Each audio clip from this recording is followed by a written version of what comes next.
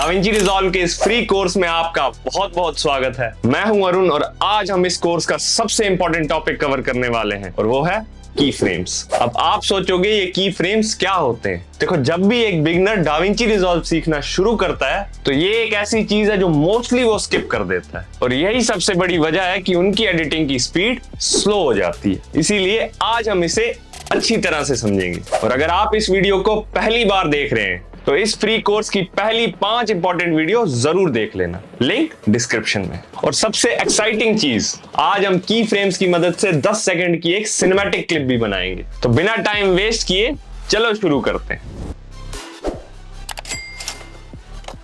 सबसे पहले हम समझेंगे कि डाविंची रिजॉल्व में की फ्रेम्स दिखते कहां हैं। अपनी स्क्रीन के लेफ्ट टॉप की तरफ देखो, वहां आपको एक डायमंड शेप का आइकन नजर आया होगा। इसको हम की फ्रेम एरिया कहते हैं। जब आप उस आइकन पे क्लिक करोगे आपको 3 ऑप्शन मिलेंगे और ये तीनों समझना बहुत जरूरी है। पहला ऑप्शन पैरामीटर्स, ये आपको बताता है कि आपकी क्लिप में किस जगह पे किस प्रॉपर्टी पे की फ्रेम अप्लाई किए गए हैं, जैसे क्या जूम पे की फ्रेम है या पोजीशन पे, ये सब यहाँ दिख जाता है। दूसरा ऑप्शन की फ्रेम कर्व, ये थोड़ा एडवांस है लेकिन ये आपकी की फ्रेम्स के बीच की एनिमेशन को स्मूथ और नेचुरल बनाता है। तीसरा ऑप्शन की फ्रेम लेन, यहाँ से आपको पता चलता है कि आपका की फ्रेम एग्जैक्टली किस टाइम पे स्टार्ट हुआ और किस टाइम पे खत्म हुआ है। अब अपनी स्क्रीन के राइट साइड पे देखो, वहां इंस्पेक्टर टैब खुला होगा। इसके अंदर ट्रांसफॉर्म सेक्शन में आपको मिलेगा zoom, position, rotate, anchor point, ये सब प्रॉपर्टीज। और इन हर एक प्रॉपर्टी के सामने आपको एक डायमंड शेप का आइकन दिखेगा। बस यही आइकन क्लिक करना होता है की फ्रेम सेट करने के लिए। जब ये आइकन ऑरेंज या रेड हो जाता है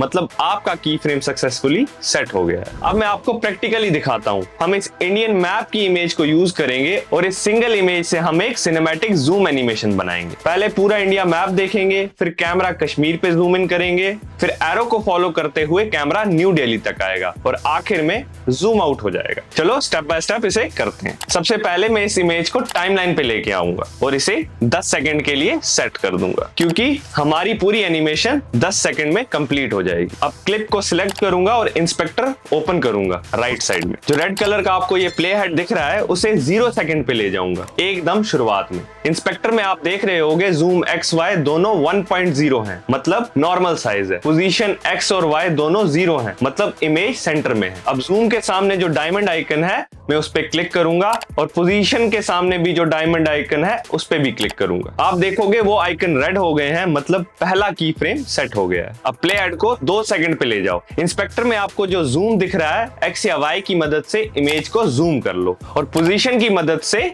उसको कश्मीर पे ले जाओ, जैसे मैं ले गया। जैसे ही आपने पोजीशन एक्स वाई और जूम एक्स वाई को छेड़ा, आप देखोगे उनके सामने जो डायमंड आइकन्स है उनका कलर ऑटोमेटिकली रेड या ऑरेंज में चेंज हो गया है। मतलब हमारी 0 से 2 सेकंड की जो एनिमेशन है वो सेट हो चुकी है। अगर मैं प्ले करके भी बताऊं आप देखोगे कि ये ऑटोमेटिकली 0 से 2 सेकंड में जूम हो रहा है, कहां तक? कश्मीर तक। अब प्ले हेड को 4 सेकंड पे ले जाओ, यहाँ कुछ चेंज नहीं करना है, same zoom and position values रखनी है। एक बार फिर जो डायमंड आइकन है मैं उस पर क्लिक करूंगा, मतलब 2 से 4 सेकंड तक कैमरा वही रुकेगा, कश्मीर पे होल्ड करेगा। अब प्ले हेड को 7 सेकंड पे ले जाओ और जूम और पोजीशन की मदद से कैमरा एंगल को दिल्ली के ऊपर ले जाओ, मतलब मैं दिल्ली को अब वीडियो के सेंटर पे अलाइन कर रहा हूं। आप देखोगे आप कैमरा 4 से 7 सेकंड के बीच स्मूथली कश्मीर से न्यू दिल्ली तक मूव करेगा। अब प्ले हेड को 8 सेकंड पे ले जाओ और सेम वैल्यूज पे एक और की फ्रेम लगाओ, मतलब न्यू दिल्ली पे भी 1 सेकंड के लिए होल्ड करेंगे।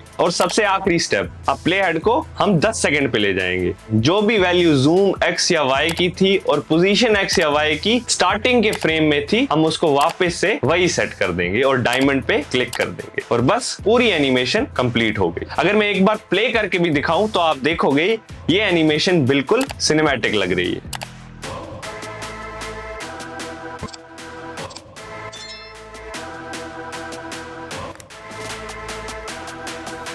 एक लास्ट और बहुत कमाल की चीज बताता हूं। अभी आपको एनिमेशन थोड़ी रोबोटिक लग रही होगी। इसको फिक्स करने के लिए लेफ्ट पैनल में की फ्रेम कर्व सेक्शन में जाओ। आप कमांड ए प्रेस करो अगर मैक यूज करते हो, कंट्रोल ए प्रेस करो अगर विंडोज यूज करते हो। जैसे ही आप प्रेस करोगे आप देखोगे सारे की फ्रेम सिलेक्ट हो गए हैं। अब जैसे ही इस आइकन पे क्लिक करोगे आपको एक ऑप्शन नजर आएगा ईज इन एंड आउट।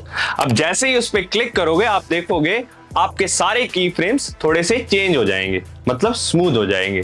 अगर आप फिर से इस वीडियो को प्ले करके देखोगे तो आप देखोगे अब आपकी जो ट्रांजिशंस हैं वो थोड़ी सी स्मूथ हो रही है।